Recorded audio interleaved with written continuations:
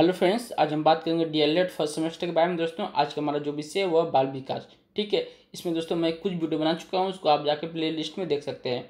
आज का जो मेरा टॉपिक रहेगा वो अधिगम के नियम। ठीक है, अधिगम पे दोस्तों मैं 2 वीडियो बना चुका हूँ, उसको भी आप जाके प्ले लिस्ट में देख सकते हैं। ठीक है, तो इसमें क्या है कि थॉर्नडाइक की जो सीखने के मुख्य नियम है, मुख्य नियम 3 है और जो गौड़ नियम 5 है, इन पे दोस्तों हम लोग चर्चा करेंगे। और नेक्स्ट पॉइंट रहेगा सीखने सिखाने में इसका महत्व क्या है, इस नियम का सीखने और सिखाने की प्रक्रिया में।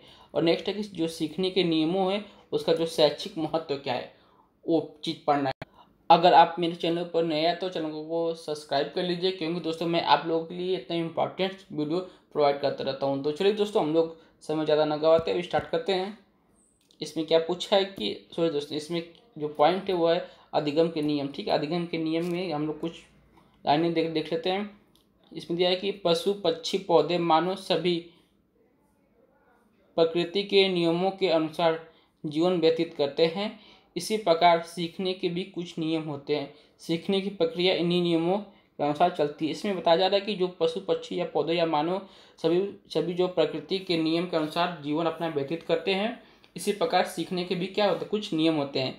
सीखने की प्रक्रिया इन्हीं नियमों के अनुसार चलती रहती है। ठीक है, और देख लेते हैं इसमें कि E.L. थॉर्नडाइक ने सीखने के कुछ नियम बताए। ठीक है, जो थॉर्नडाइक महोदय ने सीखने के कुछ नियम बताए हैं, जिसका प्रयोग करने से अध्ययन या अध्यापन का जो प्रक्रिया है वो क्या होता है, अधिक प्रभावशाली साबित होता है या बनाया जा सकता है। इसको उन्होंने सीखने के जो 3 मुख्य नियम और 5 गौड़ नियम प्रतिपादित किए हैं। चलिए हम लोग देखते हैं नेक्स्ट में।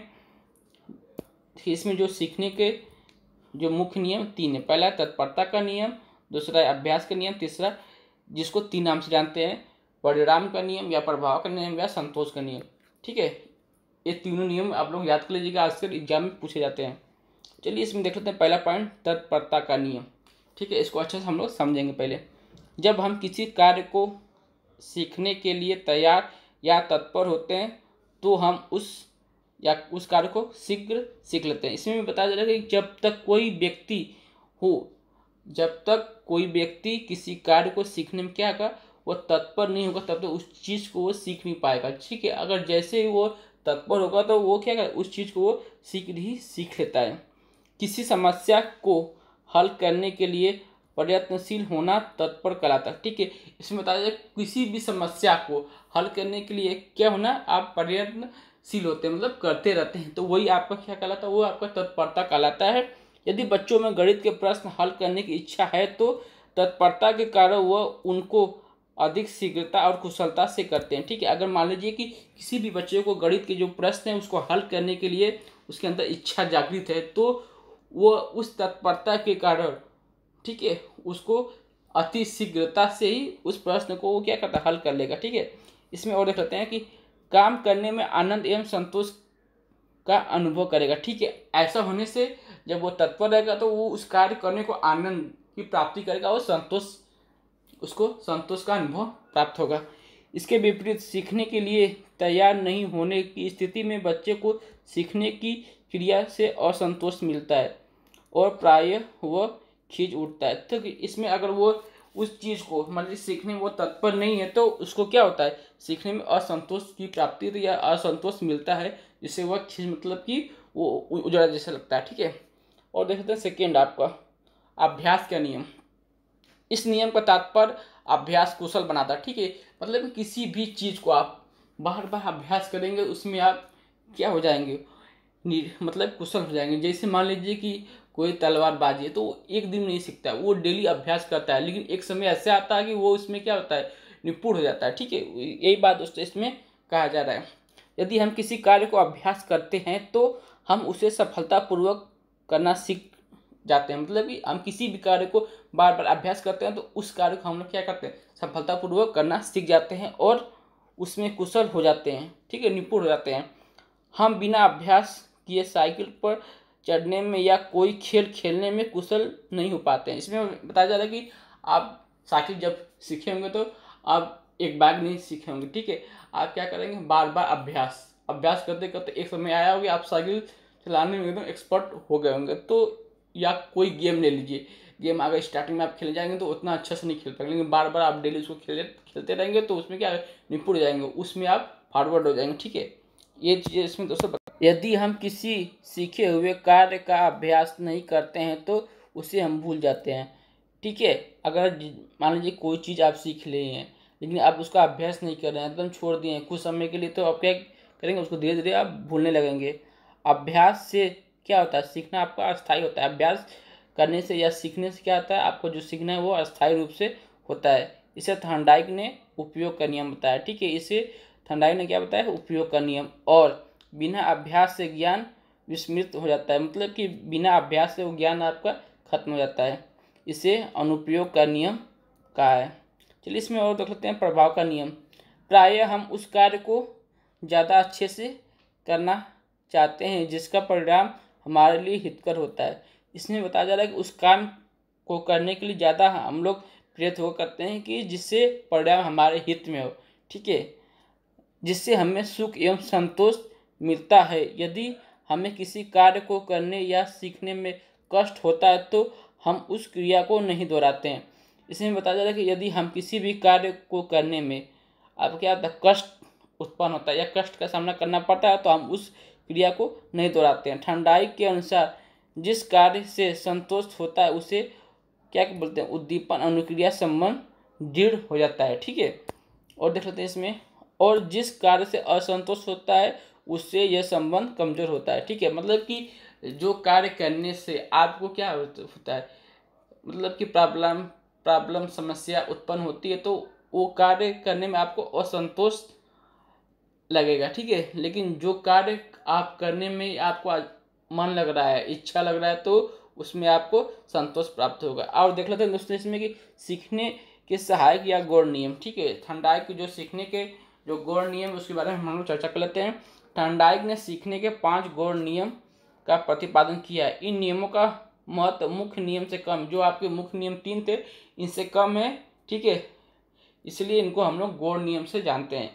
पहला है मनोवृत्ति का नियम, दूसरा है बहु अनुक्रिया का नियम, तीसरा है आंशिक क्रिया का नियम है, चौथा है अनुरूपता का नियम, पांचवा है संबंधित परिवर्तन का नियम है। चलिए इसमें देख लेते हैं सबका पारी पारी परिभाषाएं। पहले आप लोग देख लेते हैं कि मनोवृत्ति का नियम, जिस प्रकार के प्रति हमारी अभिवृत्ति या मनोवृत्ति रहती है उसी अनुपात में हम उसको सीखते हैं। इसमें बताया जा रहा है कि जिस कार्य के प्रति हमारी जैसी अभिवृत्ति या मनोवृत्ति रहती है हम उस कार्य को उसी के अनुपात में क्या करते हैं, सीखते हैं।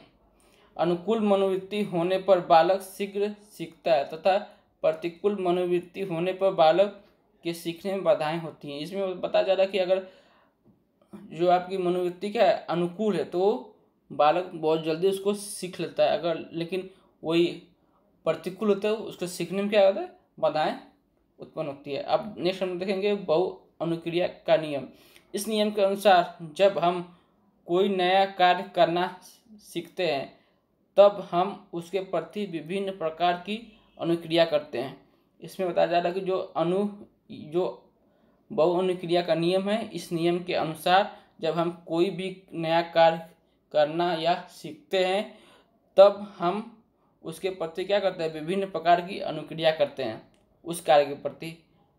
इनमें से कुछ अनुक्रियाएं लक्ष्य प्राप्ति में सहायक नहीं होती। इसमें से जो कुछ अनुक्रिया जो होती है वो जो जिस लक्ष्य के लिए आप कार्य करते हैं उसमें क्या करते हैं, वो सहायक नहीं होती हैं, उन्हें हम छोड़ देते हैं और फिर भूल जाते हैं। ठीक है, ऐसी चीज़ों को हम लोग छोड़ देते हैं और बाद में उसको हम लोग भूल जाते हैं। हम उन्हीं अनुक्रिया का चयन करते हैं जो लक्ष्य प्राप्ति में सहायक होती है। ठीक है, और हम बाद में उसी अनुक्रिया का चयन करते हैं जो लक्ष्य प्राप्ति करने में आपके सहायक होती हैं। इसे ही सीखना कहते हैं, मतलब इसे ही आप लोग लर्निंग या अधिगम बोल सकते हैं। अब हम लोग देखेंगे नेक्स्ट में कि कक्षा कक्ष परिस्थितियों में इस नियम के अनुसार बच्चों को स्वयं करके सीखने के लिए प्रेरित करना चाहिए। ठीक है, कक्षा में इस परिस्थिति में या इस नियम के अनुसार बच्चों को स्वयं करने के लिए क्या करना चाहिए, प्रेरित करना चाहिए। नेक्स्ट आपका है आंशिक क्रिया का नियम। थॉर्नडाइक का मानना है कि यदि बच्चे के सामने किसी समस्या को छोटे छोटे भागों में विभाजित कर प्रस्तुत किया जाए और एक एक भाग का समाधान किया जाए तो बच्चे पूरी समस्या को शीघ्रता एवं सुगमता से समझकर संपूर्ण कार्य को पूरा कर सकते हैं। इसमें दोस्तों बताया जा रहा है कि आंशिक मतलब होता है छोटा छोटा पार्ट, ठीक है। ठंडाई महोदय बोल रहे हैं कि यदि बच्चे के सामने किसी भी समस्या को छोटे छोटे पार्ट में डिवाइड करके उसके सामने रख दिया जाए तो वो क्या करता है, एक एक भाग को वो क्या करे, एक एक भाग को वो समझेगा, ठीक है, और उस समस्या को बाद में वो पूरा समझ जाएगा। शिक्षक को भी चाहिए कि वे बच्चों के समस्या प्रस्तुत करते समय उनके विभिन्न अंगों के विषय में बताए, ठीक है। एक शिक्षक का दायित्व होता है कि बच्चों के सामने जो समस्या प्रस्तुत कर रहे हैं उनके विभिन्न अंगों के विषय में वो बताएं और उन्हें अलग अलग हल कर संपूर्ण समस्या का समाधान करने के लिए प्रेरित करें, और उन जो समस्या है उनको अलग अलग करके संपूर्ण जो समस्या उसका समाधान करने में उनको मतलब कि बच्चे को वो प्रेरित करें। बच्चों को आंशिक से पूर्व की ओर बढ़ने के अवसर प्रदान करना, ठीक है, मतलब कि आंशिक से पूर्व की ओर, ठीक है। पहले जैसे मान लीजिए एक पौधा है तो उसके बच्चों को क्या दिखाना चाहिए, सबसे पहले पौधा बताना चाहिए, फिर उसके एक एक पार्ट बताना चाहिए, जैसे ये डाली है, पत्ती है, ये जड़ है, ठीक है। एक एक पार्ट को उसके डिवाइड कर देना चाहिए जिससे बच्चों को एकदम अच्छे से उस चीज़ को समझ में आ जाएगा। और नेक्स्ट हम लोग देखेंगे कि चौथा, अनुरूपता का नियम। जब व्यक्ति के सामने कोई नई समस्या आती है तो वह अपने पूर्व के अनुभवों एवं प्रयत्नों को स्मरण करता है और उनसे तुलना करता है कि उसके अनुसार क्रिया कर समस्या का समाधान खोजने का प्रयत्न करता है। इसमें बताया जा रहा है कि जब कोई भी व्यक्ति के सामने कोई नई समस्या आती है, ठीक है, तो वह जो उसके सामने जो पूर्व में अनुभव है, मतलब कि पूर्व में वैसी समस्या आ गई है, ठीक है, तो वो पूर्व के अनुभवों एवं प्रयत्नों को स्मरण करता है, मतलब उनको याद करता है और उससे वह तुलना करता है कि उस समय या उसके अनुसार क्रिया कर समस्या का समाधान खोजने का वो प्रयत्न करता है। शिक्षक को चाहिए कि कक्षा कक्ष स्थिति में वे बच्चों को ऐसे अवसर प्रदान करें जिससे वे अपने पूर्व ज्ञान का स्मरण एवं प्रयोग कर सके। तो दोस्तों इसी में बताया जा रहा है कि एक टीचर को भी अपने बच्चों के सामने ऐसा चीज़ या ऐसा चीज़ अवसर देना चाहिए या प्रदान करना चाहिए जिससे बच्चे अपने पूर्व ज्ञान का स्मरण करके उसको उसका स्मरण करें और उसका प्रयोग करें, ठीक है, जिसके उसको वो सार्थक रिजल्ट मिल सके। नेक्स्ट में देख लेते हैं, इसमें दोस्तों क्या दिया है कि संबंधित परिवर्तन का नियम, ठीक है, इसकी परिभाषा हम लोग देख लेते हैं। इस नियम को साचर्य परिवर्तन का नियम भी कहते हैं। जो आपका संबंधित परिवर्तन नियम है इसको साचर्य परिवर्तन के नियम से भी हम लोग जानते हैं। इसके अनुसार कोई भी अनुक्रिया, ठीक है, जिसे करने की क्षमता व्यक्ति में होती है, किसके अनुसार, इस नियम के अनुसार, ठीक है, व्यक्ति के अंदर जो क्षमता होती है उसे एक नए उद्दीपक के द्वारा भी उत्पन्न की जा सकती है। मतलब कि एक नए उद्दीपन के द्वारा उस व्यक्ति के अंदर वो क्षमता उत्पन्न की जा सकती है जिसमें या इसमें क्रिया का स्वरूप वही रहता है पर परिस्थिति में परिवर्तन आ जाता है। इसका कहने का तात्पर्य यह है कि इसमें जो क्रिया का स्वरूप वही होता है लेकिन जो परिस्थितियां हैं वो उसमें दोस्तों परिवर्तन हो जाता है। शिक्षक को भी कक्षा में अच्छी आदतों एवं सकारात्मक अभिरुचियों को उत्पन्न करना चाहिए। एक टीचर को भी कक्षा कक्ष में क्या करना चाहिए, सकारात्मक और अभिरुचि को उत्पन्न करना चाहिए ताकि छात्र उसका उपयोग अन्य परिस्थितियों में भी कर सके, ताकि कि उस क्लास के छात्र अन्य जो परिस्थितियां उनके सामने उत्पन्न हो जा रही हैं उसका उपयोग उसमें वो कर सकते हैं। अब हम लोग देखेंगे कि सीखने के नियमों का शैक्षिक महत्व, ठीक है, जो हम लोग सीखे हैं वो जो नियम है उसका जो शैक्षिक महत्व क्या है उसके बारे में हम लोग देखेंगे। अधिगम प्रक्रिया में सीखने के नियमों का विशेष महत्व, जो अधिगम की प्रक्रिया इसमें सीखने का क्या है, एक विशेष या महत्व है। देख लेते हैं सीखने की तत्परता। अगर किसी छात्र के अंदर अगर सीखने की तत्परता होती है तो वो उस वस्तु को या उस चीज़ को जल्दी मतलब कि आसानी से वो सीख लेता है। और सतत अभ्यास मतलब रेगुलर वो अभ्यास करते करते वो चीज़ उसके दिमाग में कंट्रस्ट हो जाता है। नेक्स्ट है संतोषप्रद परिणाम से इच्छित फल प्राप्ति होती है। किसी भी काम करने में अगर छात्र को संतोष की प्राप्ति होती है तो वो अच्छा उसका रिजल्ट मिलता है, ठीक है। अब हम लोग देखते हैं नेक्स्ट। इसलिए शिक्षक को चाहिए कि वे कार्यक्रम निश्चित करते समय इस बात का ध्यान रखें कि वह बच्चों के लिए संतोषप्रद हो और उसमें तत्परता की स्थिति पैदा की जाए। इसमें दोस्तों साफ साफ बातों में स्पष्ट कर रहा है कि ऐसा कार्यक्रम निश्चित करते समय एक अध्यापक को यह ध्यान देना चाहिए कि बच्चों के लिए संतोषप्रद हो, ठीक है, और उनमें उस काम के प्रति उसमें करने के लिए तत्परता की स्थिति पैदा करे एक टीचर, ठीक है। ऐसे न होने से पर्यंत वो परिश्रम व्यर्थ होते हैं। अगर ऐसा नहीं होता है तो वो क्या होता है, जो आपका परिश्रम है और जो आपका प्रयत्न, ये दोनों क्या असफल होंगे, मतलब व्यर्थ हो जाएंगे। अब हम लोग देख लेते हैं कि विद्वानों ने सीखने की क्षमता को बढ़ावा देने के लिए सीखने के नियमों का शैक्षिक महत्व माना है जो निम्नवत हैं, ठीक है। जो विद्वान ने इसको मत माना है, चलो एक एक करके हम लोग देखेंगे। पहला जो है उद्देश्यों की अस्पष्टता, ठीक है। इसमें हम लोग देख लेते हैं कि शिक्षा के क्षेत्र में ज्ञान का उद्देश्य निश्चित, स्पष्ट एवं जीवन उपयोगी होना चाहिए। इसमें साफ साफ बातों में स्पष्ट कर रहा है कि शिक्षा के क्षेत्र में जो ज्ञान का क्या होना चाहिए, एक निश्चित उद्देश्य होना चाहिए, ठीक है, और स्पष्ट होना चाहिए और जीवन में उपयोग के लायक होना चाहिए। जब बच्चे उसे सीख लेंगे तो स्वतः ही सीखने के क्षेत्र में अपने ध्यान को एकाग्र कर सकेंगे। इसमें बताया जा रहा है कि जब बच्चे उस चीज़ को सीख लेंगे तो वो सीखने के क्षेत्र में अपने ध्यान को एकाग्र कर सकेंगे। वे सुख देने वाला कार्य कष्ट देने वाले कार्य की अपेक्षा शीघ्र करते एवं सीखते हैं, ठीक है। इन्होंने बताया है कि जो सुख देने वाला कार्य है, जो कष्ट देने वाले कार्य की अपेक्षा वो शीघ्र सीख लेते हैं, मतलब जो सुख देने वाला कार्य है। इसमें और देखते हैं हम लोग, नेक्स्ट देख लेते हैं सेकेंड, उपयुक्त ज्ञान एवं क्रिया का चयन। इसमें अच्छे से हम लोग देखेंगे बच्चों या बच्चे की शारीरिक एवं मानसिक क्षमता का मूल्यांकन करने के बाद इसमें बताया जा रहा है कि बच्चे की शारीरिक एवं जो उसकी मानसिक क्षमता है उसका मूल्यांकन करने के बाद ही सीखने वाले को उपयुक्त ज्ञान एवं क्रिया और विधि का चुनाव करना चाहिए, ठीक है। मतलब कि बच्चे का शारीरिक एवं मानसिक क्षमता का मूल्यांकन करने के बाद सीखने वालों को उपयुक्त ज्ञान का जो है उसका प्रयोग विधि का चुनाव करना चाहिए, ठीक है। इससे उसे स्थानांतरण एवं अभ्यास में सरलता होती है। इस ऐसा कार्य करने से उस बच्चे में स्थानांतरण एवं अभ्यास में क्या होती है, सरलता होती है। अब हम लोग देखेंगे नेक्स्ट, अभ्यास जागृत करना। शिक्षक को विषय अथवा पाठ बार बार दोहराकर अभ्यास करना चाहिए। शिक्षक द्वारा छात्रों को यह बतलाना कि बार बार अभ्यास करने से सीखा गया ज्ञान अस्थायी रहता है। इसमें दोस्तों में बताया जा रहा है कि शिक्षक को किसी भी विषय वस्तु को या पाठ को बार बार क्या करना चाहिए, दोहराकर अभ्यास कराना चाहिए। और शिक्षक द्वारा छात्रों को यह भी बताना चाहिए कि बार बार अभ्यास करने से जो कि आपका ज्ञान है वो क्या है, अस्थायी हो जाता है तथा बिना अभ्यास के वह स्मृति से या दोस्तों विस्मृति हो जाता है, मतलब स्मृति से आपका खत्म हो जाता है, ठीक है। अब हम लोग नेक्स्ट देखते हैं फोर्थ। इसमें क्या दिया है कि तत्परता जागृत करना बच्चों के अंदर।